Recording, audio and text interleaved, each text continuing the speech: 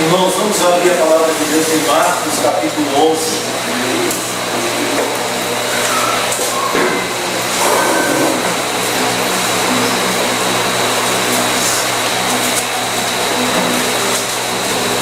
Evangelho de Marcos, capítulo 11.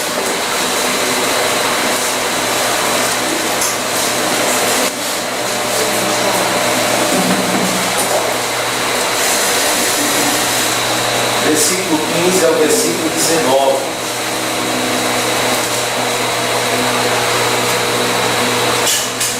Por Deus, irmãos, acompanhe a leitura, Marcos capítulo 11, verso 15 ao verso 18. E foram para Jerusalém. Entrando ele no templo, passou a expulsar os que ali vendiam e compravam.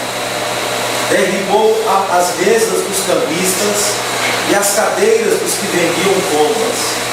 Não permitia que alguém conduzisse qualquer utensílio pelo templo. Também nos ensinava e dizia: não está escrito: a minha casa será chamada casa de oração para todas as nações? Vós, porém, a tendes transformado em covil de salteadores. E os principais sacerdotes e escribas ouviam estas coisas e procuravam um modo de lhe tirar a vida, pois o temia, porque toda a multidão se maravilhava de sua doutrina. Em vindo à tarde, saíram da cidade. Amém? Você assente.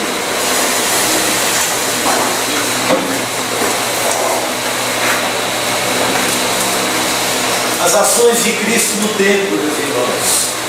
Após o chamado Domingo de Ramos, o Domingo de Ramos conhecido e praticado pela Igreja Católica, porque Cristo entra em Jerusalém no domingo, e na segunda-feira ele retorna a Jerusalém, porque ele entra no templo no final do dia, mas sendo tarde ele sai de Jerusalém, vai para Betânia, mas no outro dia de manhã cedo ele retorna para Jerusalém. Mas no caminho os irmãos viram que ele se deparou com uma figueira frondosa, bonita, com folhas, mas que não tinha nem aquelas espécies de petiscos anteriores aos figos maduros, que os peregrinos se alimentavam, que os peregrinos colhiam para se alimentar durante a caminhada, durante a sua jornada. Não tinha nada, só uma figueira que ocupava um lugar bonita, que chamava a atenção de longe, mas que, de modo aplicativo, esta figueira representa a própria religiosidade de Israel, a própria condição espiritual da nação, a própria religião oficial judaica, a própria religião judaica.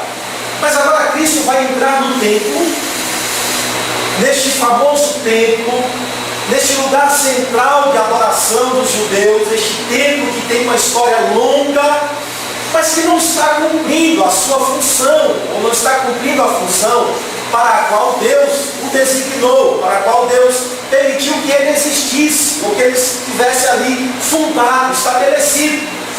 Irmãos, Cristo entra no templo e vê algo absurdo, vê coisas absurdas no templo.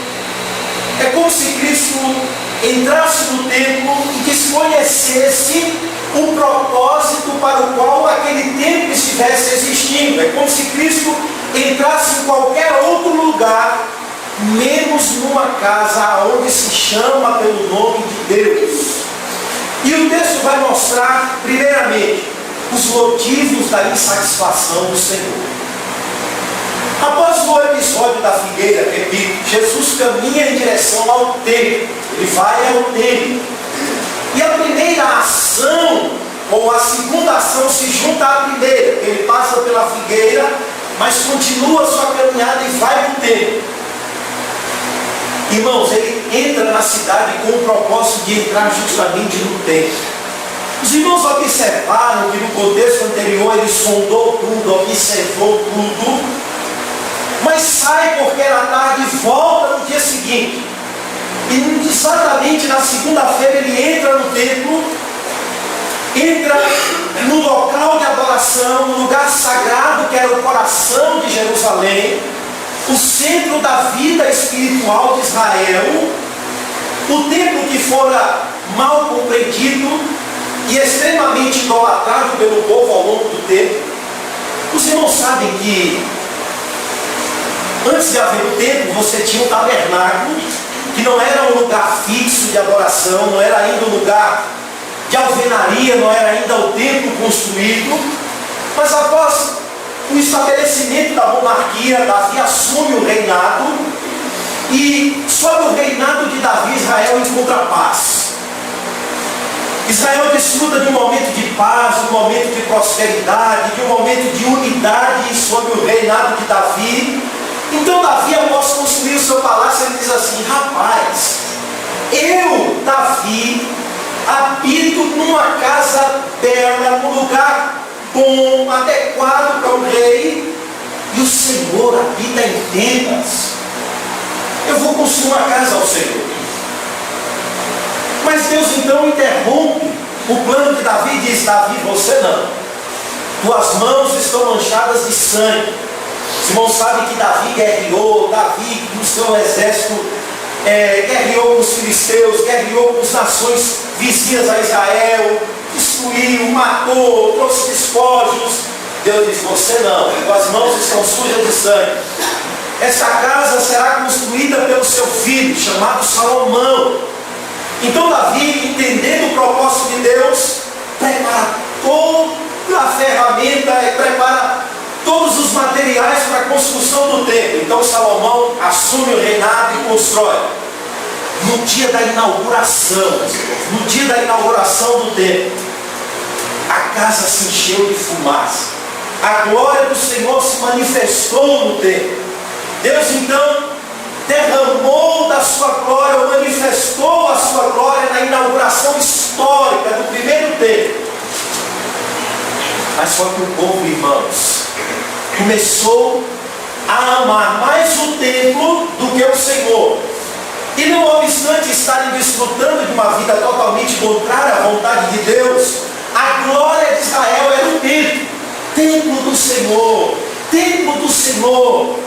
Então, Deus então providencia o cativeiro e acontece a primeira destruição do templo. Não só do templo, mas Deus então, através da nação vizinha, da nação inimiga, ele destrói Jerusalém e acaba com o templo. Sob o comando de Nabucodonosor, Israel é invadido, o templo é destruído, ele leva os melhores, mas passando-se 70 anos, o povo volta então e reconstrói de novo, não só a cidade e os muros que a cercavam, mas constrói novamente o templo. A vida é retomada, a vida religiosa é retomada, o templo é reconstruído com muita dificuldade, não fica igual ao primeiro, mas é reconstruído, mas só que de novo, sob o comando de um rei chamado Etíoco Epifânio, ele sacrifica um porco no altar do templo, profanando o templo do Senhor. E aí acontece a revolta dos Macabeus, no período que encerra o Velho Testamento, até o período que inicia o Novo Testamento. Dentro deste período, este segundo templo é arrasado de novo. Esse templo é profanado de novo. As revoltas não dão conta de proteger o templo do Senhor de novo. Agora chega no contexto de Jesus. Este terceiro templo foi reconstruído e reformado por Herodes, o Grande. E a vida é retomada de novo. O templo é reconstruído, os sacrifícios são retomados, a vida religiosa de novo é retomada. E este templo, que Cristo entra nele, ele possuía várias salas, vários pátios. Você tinha o pátio das mulheres, você tinha o pátio dos sacerdotes. Eram pátios em volta do templo central, ou do lugar santíssimo, que ele chamava, onde os sacerdotes entravam para oficiar. Em volta deste lugar santíssimo você tinha os pátios, o pátio das mulheres, o pátio dos sacerdotes, e você tinha o pátio dos gentios. Era o maior pátio. Era o primeiro pátio quando uma pessoa entrava, se deparava com ele. Era chamado pátio dos gentios. Jesus então observa tudo o que está acontecendo ali no chamado pátio dos gentios e olha e vê que mais uma vez este templo não está cumprindo o propósito para o qual Deus o estabeleceu. Jesus Cristo olha aquele local que é símbolo ou lugar central da adoração de Israel ao Deus verdadeiro, onde Israel se tornava unido em adoração a um único Deus.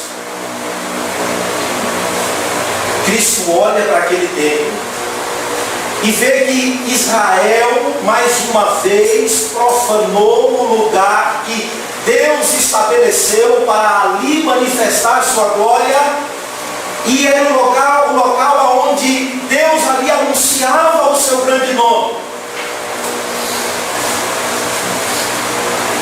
O templo, irmãos, foi construído para um propósito, que estava sendo usado para outros propósitos.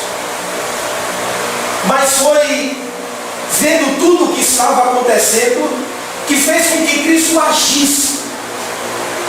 O que causa profunda indignação do Senhor é que a casa de Deus virou casa dos homens, lugar de ladrão e de salteadores, lugar onde as pessoas estavam se escondendo através dos sacrifícios e da repetição da vida religiosa. Os responsáveis por zelar e cuidar da adoração verdadeira ao Senhor e de zelar das prescrições estabelecidas por Deus no culto, de modo que aquilo que estivesse acontecendo acontecesse com o fim de agradar a Deus, eles mesmos são responsáveis por macular. O templo havia perdido a razão de ser. Os sacerdotes haviam transformado a casa de Deus em comércio.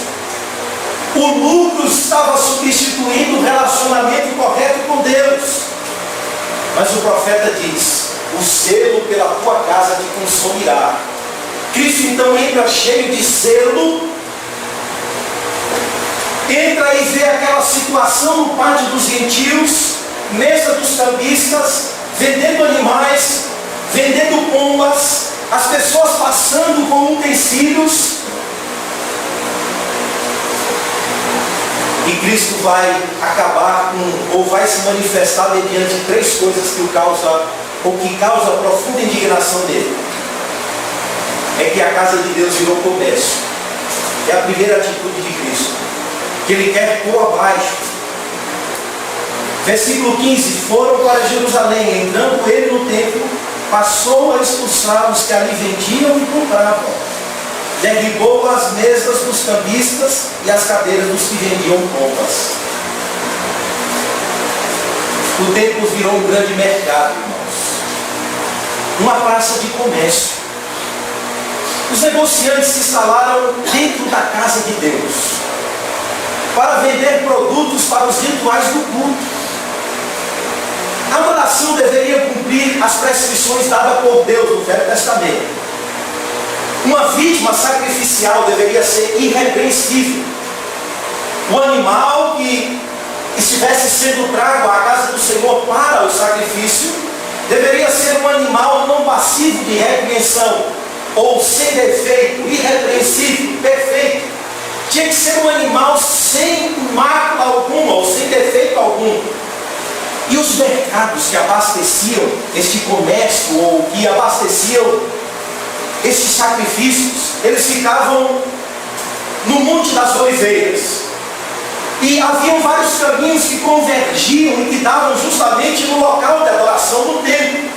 E ali nestes montes se vendiam de tudo. Vendia pomba, vendia cordeiro, vendia ovelha, vendia azeite, vendia farinha, tudo e que estivesse envolvido nos sacrifícios a Deus prescritos no Velho Testamento.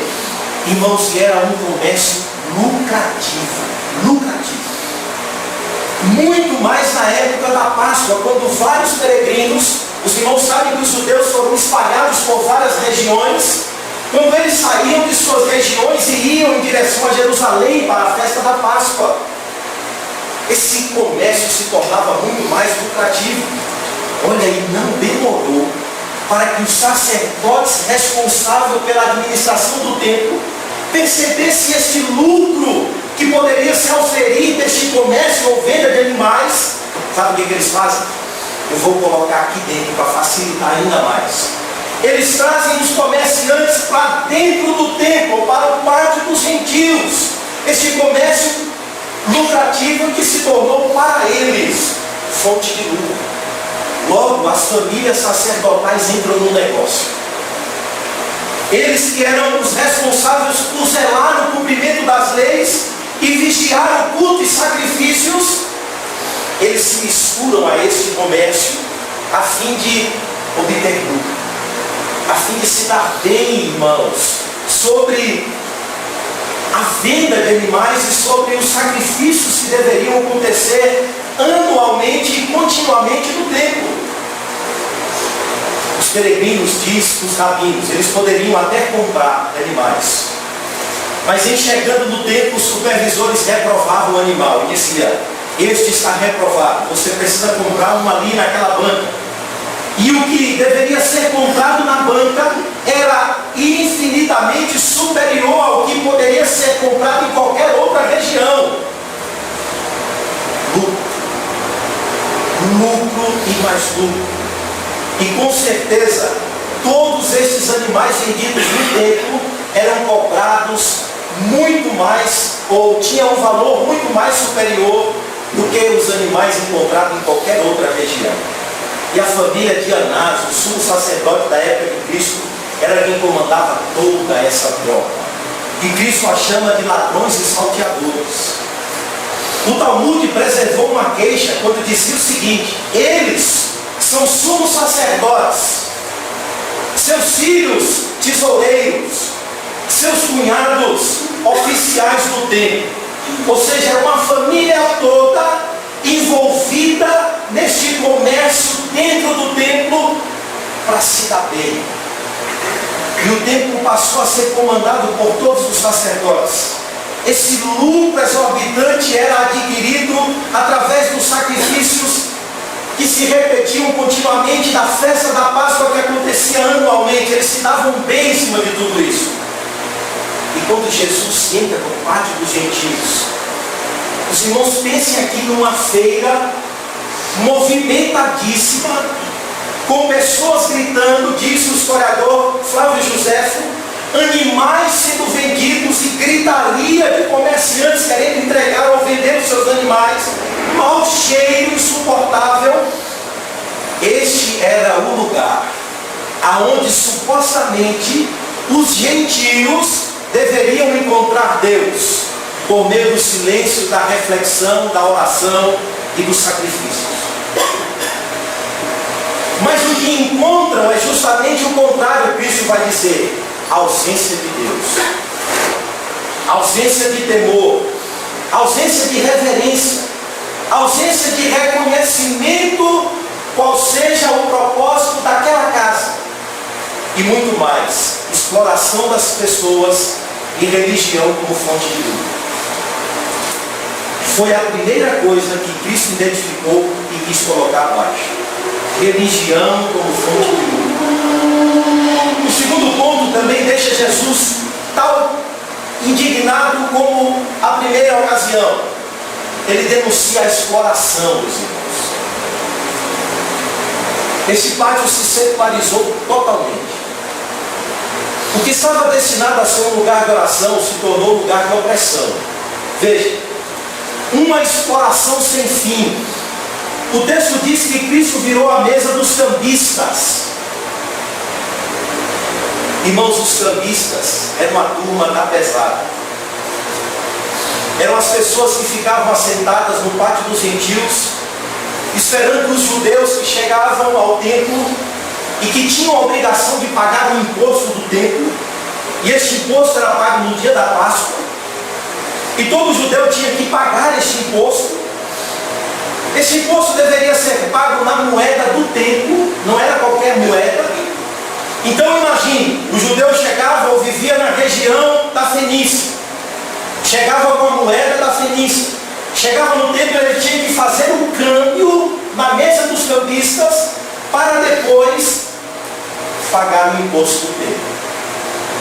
A compra dos animais poderia ser feita em qualquer moeda, mas agora o pagamento do imposto, você precisa necessariamente passar na mesa dos cambistas. E a fonte ou a questão era tão exploradora que era como trocar real por euro.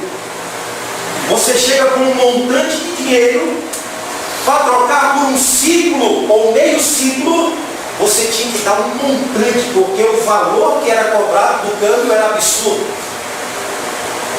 Os peregrinos, irmãos, saíam de suas regiões não para adorar, mas para serem explorados. O sumo sacerdote também tinha que administrar o dinheiro do imposto. E mais uma vez eles estavam lucrando.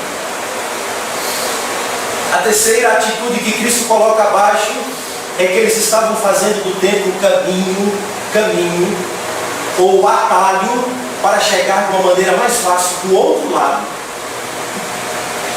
Para muitos moradores de Jerusalém, atravessar o pátio externo era uma ligação entre dois pontos. Ao invés do indivíduo dar a volta para chegar ao local onde ele queria chegar, ele dizia: eu vou passar por aqui, pelo meio do tempo. E isso era feito muito mais quando se estava carregando alguma coisa pesada.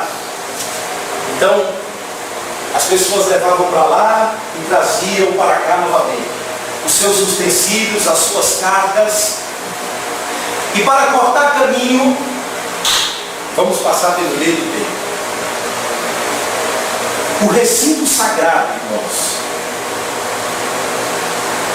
tão valorizado pelos judeus, se tornou lugar de exploração, comércio e via pública. Se não bastasse a exploração e o comércio, o lugar se tornou uma via pública. A atitude de Cristo, a resposta de Cristo àquilo não é uma manifestação de contentamento nem de indiferença.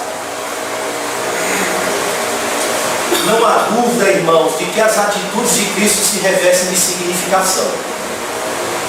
A indignação do Senhor se dá porque aquilo que foi construído para um claro propósito perdeu seu valor ao longo do tempo. As prescrições de culto que foram reveladas por Deus para produzir esperança e apontar para a vinda do Messias, e que foi estabelecido para constituir Israel como uma bênção para as demais nações, perdeu seu propósito. E Cristo vai nos mostrar que a construção da verdadeira espiritualidade, de uma vida sincera e correta com Deus, é pôr abaixo aquilo que está errado. E é triste quando a prática religiosa se torna uma prática e manutenção de ritos e símbolos, como uma figura viva de uma figueira que tem folhas, mas não tem frutos. Israel, irmãos, foi constituído para dar frutos para Deus. Sua prioridade pactual não significa exclusividade pactual. Através de Israel, todas as famílias da terra deveriam ser abençoadas.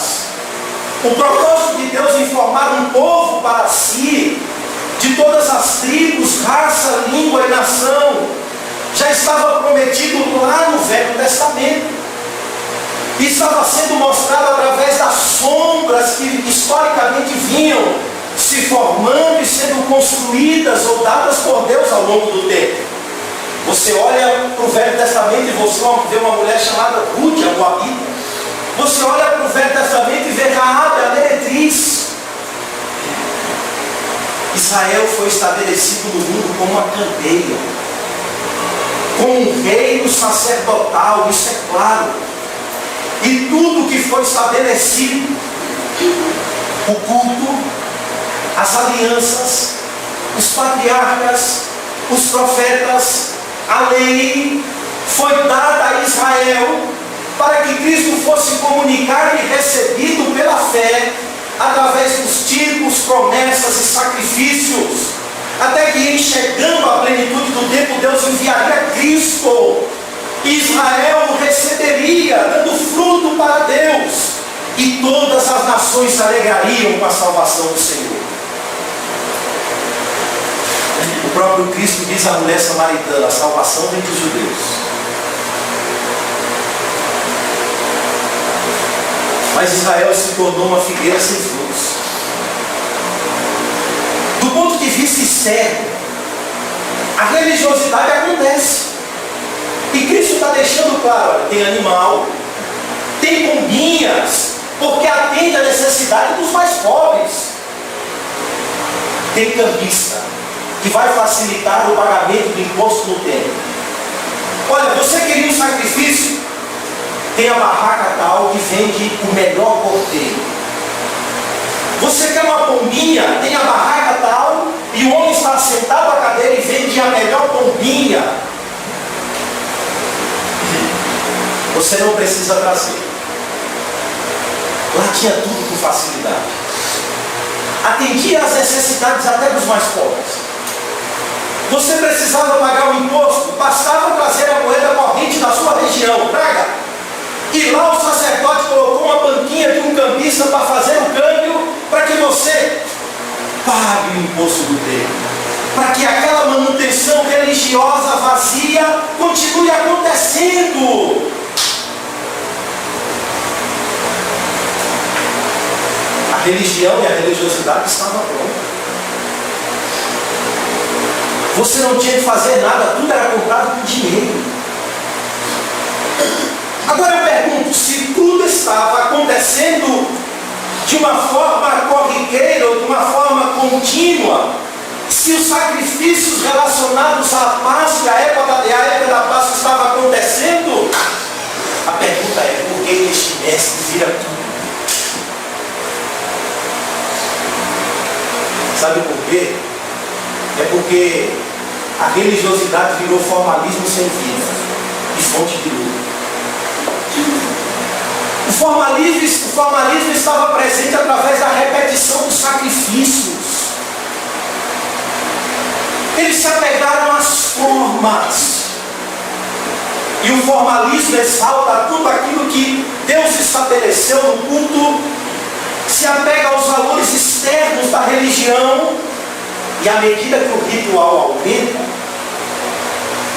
proporcionalmente diminui o envolvimento dos adoradores, através de uma compreensão profunda do que praticava e através de sentimentos profundos, amor e alegria em relação ao que estavam ofertando a Deus. Tudo perdeu valor. Deus quer animal, me dá em poder. Estou com a minha obrigação cumprida.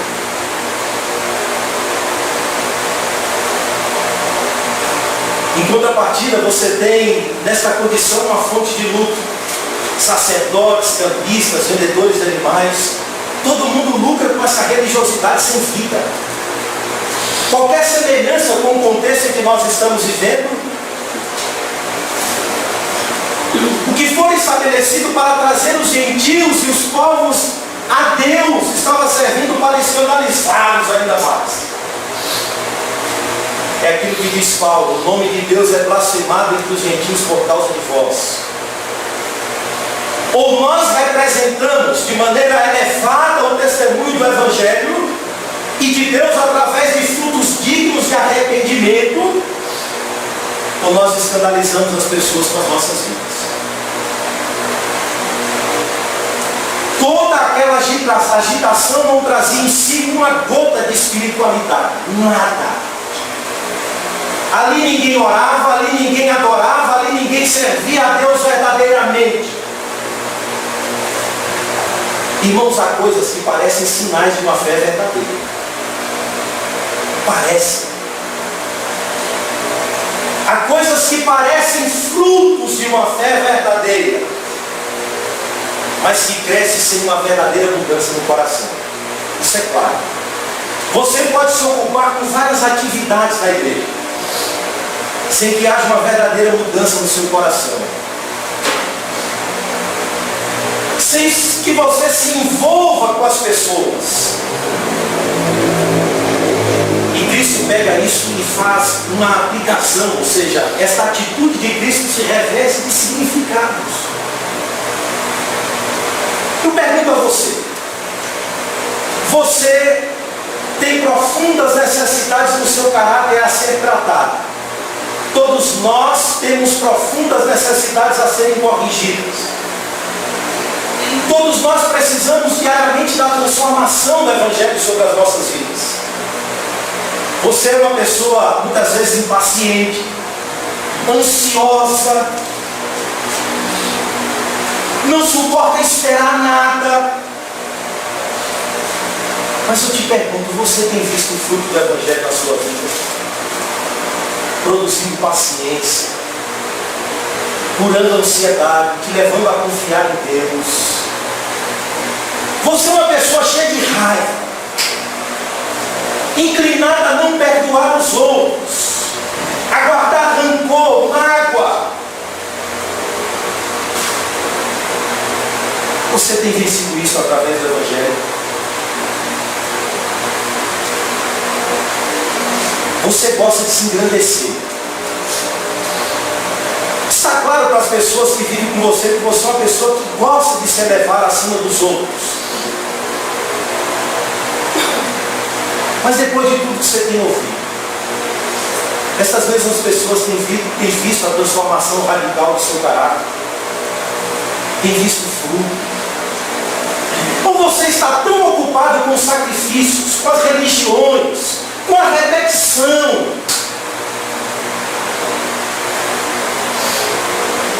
o caráter de Jesus, daquele rei, do rei que entrou montado no jumentinho, o Messias que morreu, ressuscitou. O caráter dele tem sido formado em você diariamente. A luz de Cristo em você é mais nítida a cada dia.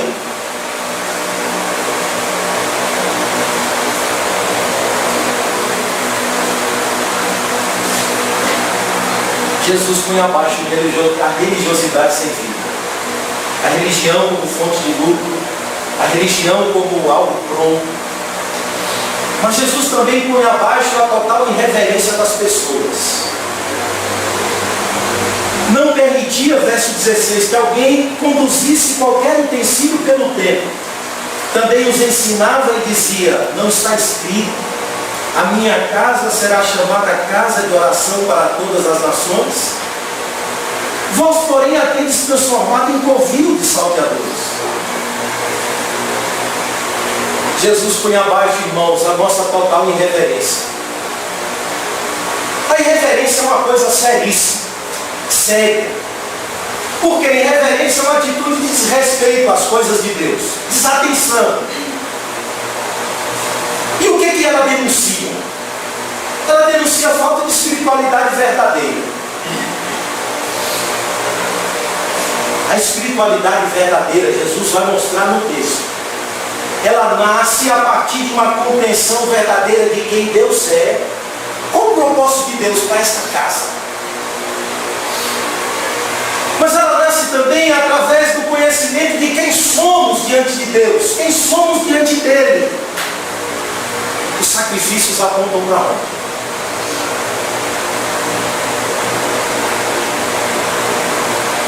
O fato deles terem transformado a casa em comércio e em covil de salteadores mostra justamente quem somos e como somos diante de Deus. Como é o nosso coração quando elas estão envolvidas com as coisas de Deus. A irreverência é fruto da espiritualidade rasa, vazia, e que se manifesta constantemente em atitudes inadequadas diante de Deus e dos homens também.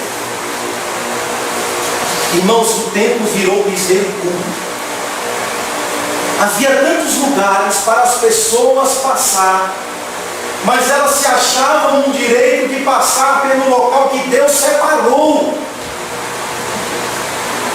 Olha, você tem por ali, você pode dar a volta por aqui, você pode pegar outro caminho ali, mas elas se achavam no direito de passar pelo meio do templo. Ah, mas a casa é a casa de Deus, Ele é nosso Pai, né? Deus é nosso amigão. Mas Deus, usando o profeta, disse: se eu sou o Pai, onde está a minha honra? Se eu sou Deus, onde está o meu respeito? E na ocasião, o povo estava levando sacrifícios maculados a Deus. Na ocasião, o povo estava levando sacrifícios passivos de repreensão diante de Deus. É isso aí que vocês têm a me oferecer. Se eu sou Pai, cadê a minha honra? Se eu sou Deus, cadê o meu respeito?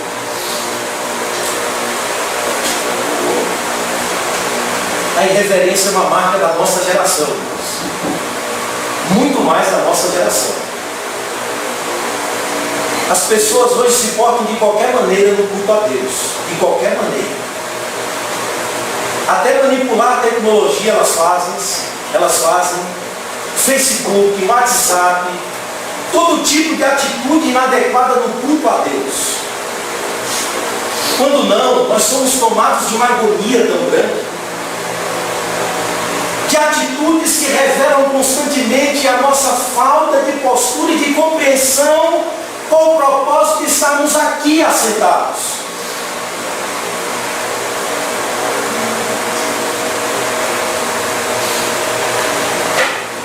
Cristo, peraí, meu filho, peraí, volta com esse negócio aí, peraí, para com esse. Irmãos, eu abro um parênteses para dizer que nós precisamos corrigir muitos aspectos ainda em nossas vidas. Nos preparar mais devidamente para o culto a Deus, mais adequadamente para o culto a Deus. Isso envolve tudo. Envolve cuidar das nossas necessidades físicas antes de entrarmos no culto, das nossas necessidades fisiológicas antes de entrarmos no culto, ensinar nossos filhos, nos portarmos direito, termos a consciência de que estamos aqui para adorar a Deus. E o preparo ao culto ele acontece antes de chegarmos aqui. A reverência a Deus começa antes de chegarmos aqui no preparo devido no culto, ou ao culto.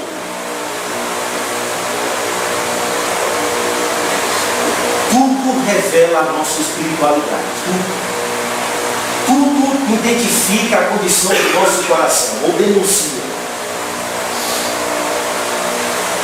E Cristo então interrompe aquela passagem, não permitia que alguém conduzisse qualquer utensílio pelo tempo. Mas o Evangelho ele não é uma série de regras legalistas. O Evangelho não é uma série de proibições que simplesmente se contente de dizer para você: pare, não faça. Largue isso. Não faça isso. Não toque nisso. O Evangelho não são regras legalistas. Você se coloca dentro dela, ou você veste uma roupa. Não.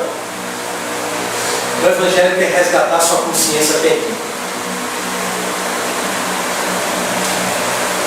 O Evangelho quer resgatar em você o entendimento e o propósito do que é o culto a Deus. O que é que significa a reunião solene? O que é que significa essa casa? O que é que significa essa ceia? O que é que significa esse sacrifício? Para onde ele aponta?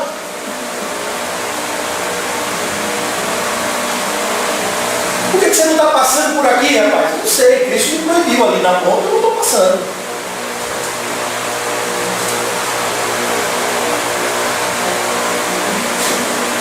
Aquela estrutura toda, irmãos, dela estava servindo ao propósito de ganhar dinheiro e proporcionar um caminho mais fácil para atravessar de um lugar para o outro. Mas Jesus resgata o propósito da casa que está escrito na palavra. Versículo 17: também os ensinava e dizia: não está escrito, a minha casa será chamada casa de oração para todas as nações? Sua pergunta resgata o propósito esquecido da casa. Olha, vocês no caldeiro está escrito lá, ó, Isaías 56, versículo 7. A minha casa será chamada casa de oração para todos os povos. A primeira afirmação de Cristo é uma promessa para a condição do templo como Deus o queria. A casa tem um propósito de ser casa de oração, viu? O termo oração aqui envolve toda a adoração a Deus que está envolvida no templo, sacrifícios, tudo. E a ênfase aqui é para todos os povos. O templo deveria existir não às custas dos outros, mas em benefício ou para o benefício dos outros. Em ti serão benditas todas as famílias da terra.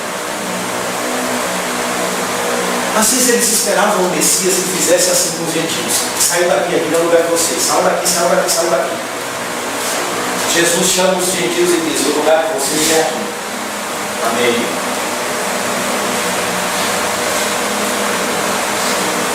Mas onde é que Israel maculou mais ainda? No pátio dos gentios. No pátio dos gentios. Por isso Cristo diz: olha, vocês rodam léguas de distância para fazer um prosélito, mas depois os fazem filhos do inferno muitas vezes mais. Rapaz, essa casa aqui foi que Deus estabeleceu. Isso aqui é o lugar onde Deus reservou para adorar o seu nome.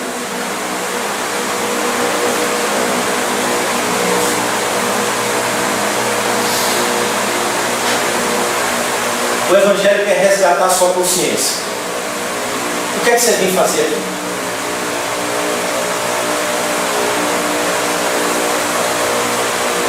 O Evangelho derruba para edificar o que é correto, sobre bases sólidas, a palavra de Deus, o que é que está escrito. E construir uma adoração sólida, como fruto de uma espiritualidade sólida, verdadeira, consistente, sincera.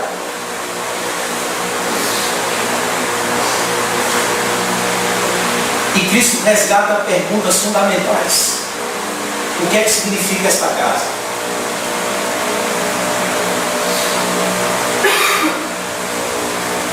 Para onde tudo isso, ou para onde tudo o que acontece aqui nessa casa aponta? Os sacrifícios apontavam para Cristo, o sacrifício perfeito.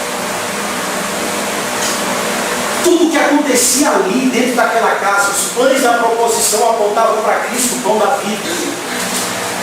As lâmpadas ou as luminárias dos castiçais apontavam para Cristo, a luz do mundo.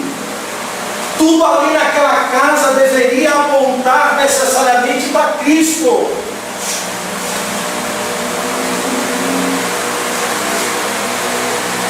Mas hoje não há mais tempo.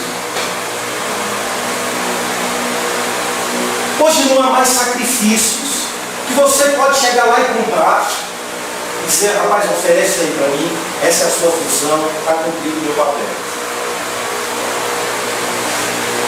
Cristo morreu, ressuscitou, o tempo é você agora. Vós sois pedras que vivem em espelho. Vocês são templos do Espírito Santo de Deus, que deve adorar a Deus em espírito e em verdade, que deve prestar a Deus um culto racional, oferecendo um homem completo diante de Deus, através de Cristo Jesus, para adorá-lo verdadeiramente. Um temor e reverência, aproximando dele com sincero coração, como diz o Novo Testamento.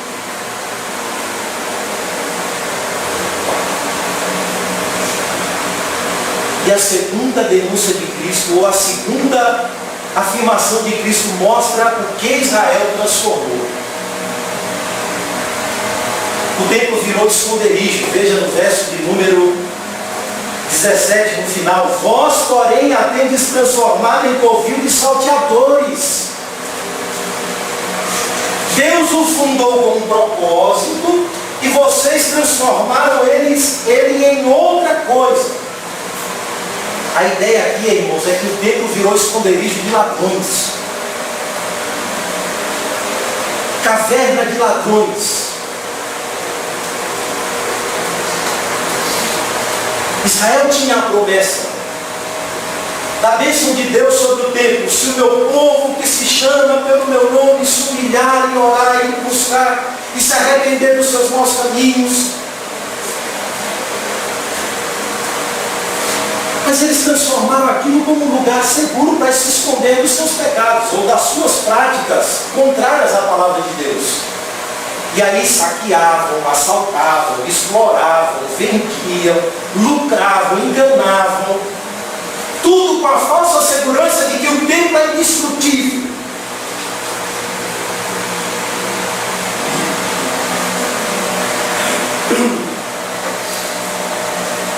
A aplicação que eu faço é: veja que nós transformamos a adoração a Deus em qualquer outra coisa, menos em adoração verdadeira. Nós sempre perdemos a essência, meus irmãos. Nós sempre perdemos o foco correto das coisas e transformamos em outra. A ceia vira a nossa ceia particular, porque cada um come antecipadamente a sua ceia. Uns comem e outros têm fome. Porque vocês, quando se reúnem, não é a ceia do Senhor que vocês comem, é a ceia de vocês. A festa do amor vira a festa do partido. Os pobres por canto, os ricos por outro. A adoração a Deus vira um ajuntamento para pior e não para melhor. Somos nós e não Deus. O propósito de Deus está revelado na sua palavra. Claro, vocês não leram, está escrito. São vocês que têm transformado os símbolos de fé em outras coisas. Vocês se perderam a essência das coisas.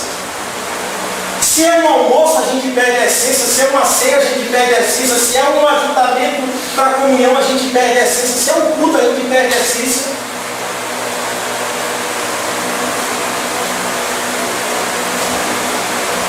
Jesus manda pôr abaixo o que está errado. Está errado.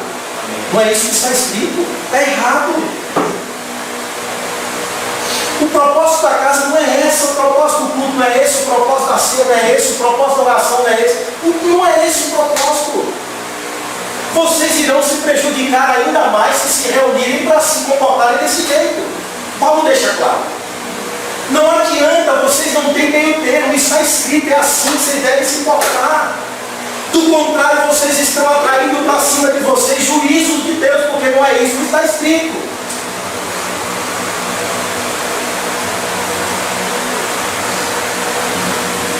Observe que Jesus retoma Isaías e diz o quê? O que é que diz Isaías? A minha casa será chamada casa de oração. Ora, por que ele não disse a minha casa será chamada casa de sacrifícios? Porque casa de sacrifícios vazios já estava acontecendo nela. O nosso propósito é resgatarmos uma espiritualidade verdadeira diante de Deus e não sacrifícios sem obediência. O propósito é voltar com que a casa se torne casa de fato de oração. Porque em sacrifício ela já está sendo. Tem animal, tem câmbio, tem venda, tem pompa, tem tudo, está tudo preparado. Tem um sacerdote, olha, os sacerdotes estão lá. Mas Jesus diz, olha, Deus quer que ela se torne em casa de oração.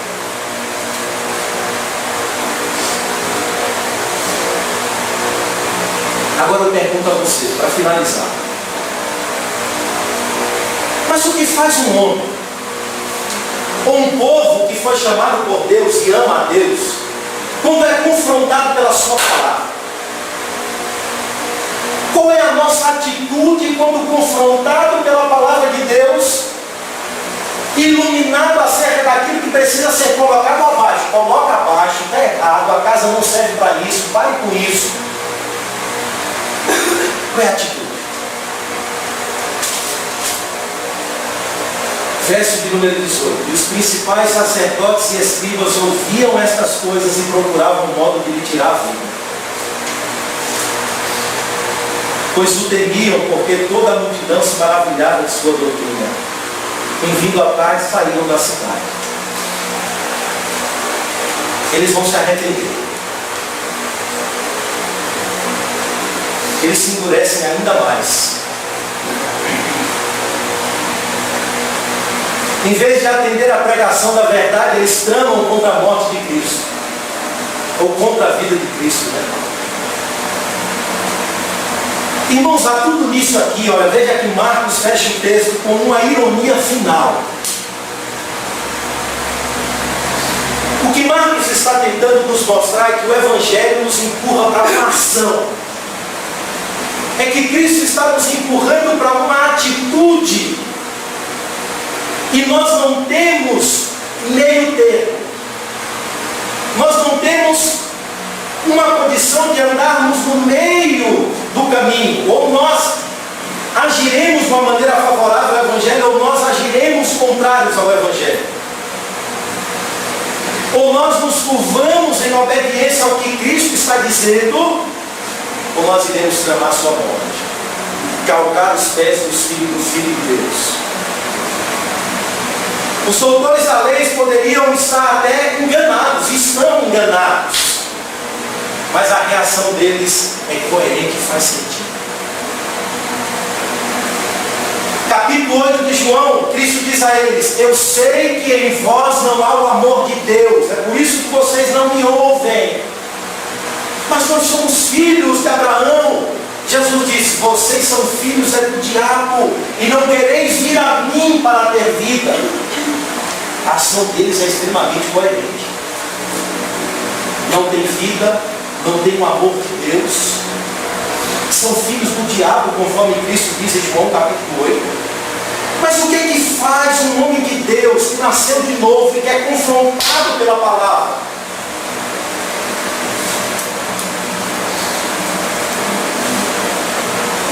Frutos dignos de arrependimento. Esta é a nossa atitude. João repetiu essa atitude nos 3 evangelhos. Os 3 evangelhos deixou claro a atitude e a pregação de João. Produzir, pois, frutos dignos de arrependimento e não ficais presumando em vós mesmos: somos filhos de Abraão, somos descendentes de Abraão, porque o machado já está posto à raiz das árvores.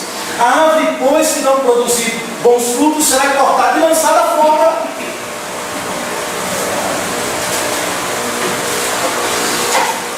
Mas eles não. Ficavam mandando comissõezinhas a Cristo. Vai lá e tenta ele para ver se ele tropeça em algum mandamento. Ele disse ao homem repudiar sua mulher. Senhor.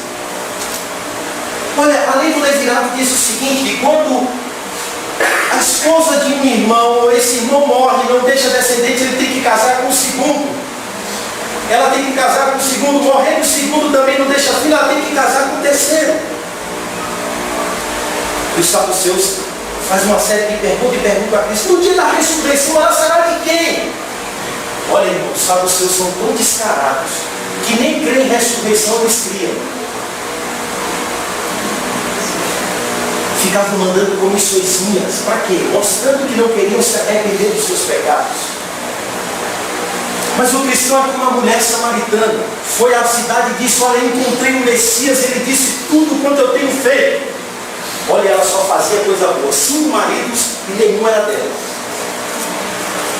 Mas ela foi lá alegre porque encontrou o Messias, voltou com a turma.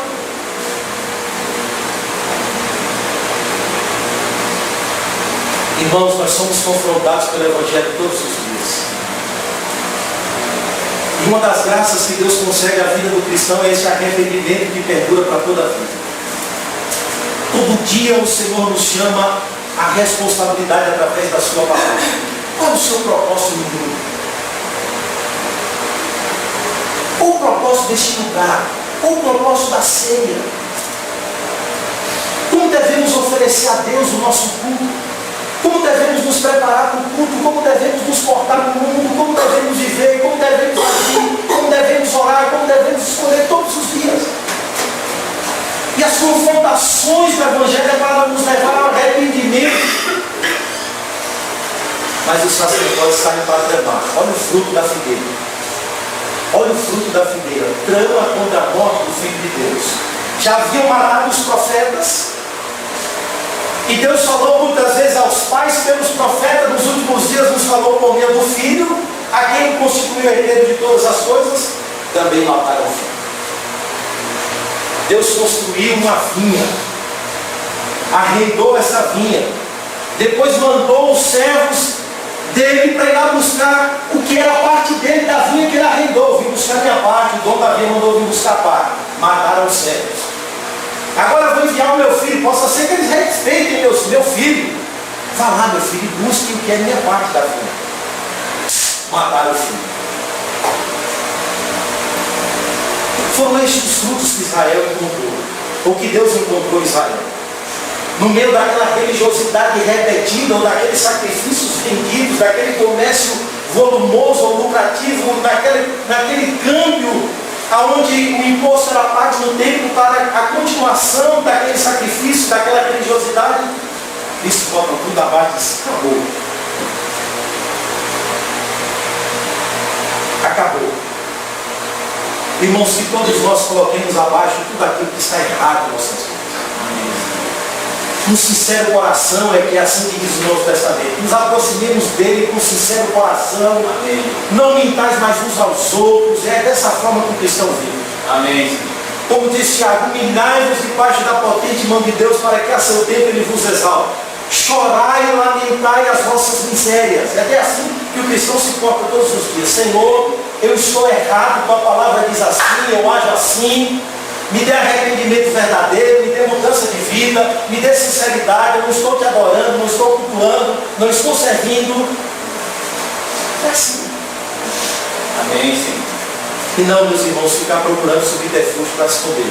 Jamais. O cristão jamais deve agir assim. Mas deve agradecer a Deus, porque Deus ainda o confronta através da palavra. Amém. Deus ainda o coloca para agir diante da palavra. Você só tem uma atitude, cristão: se arrepender. Só tem uma atitude a fazer: se arrepender.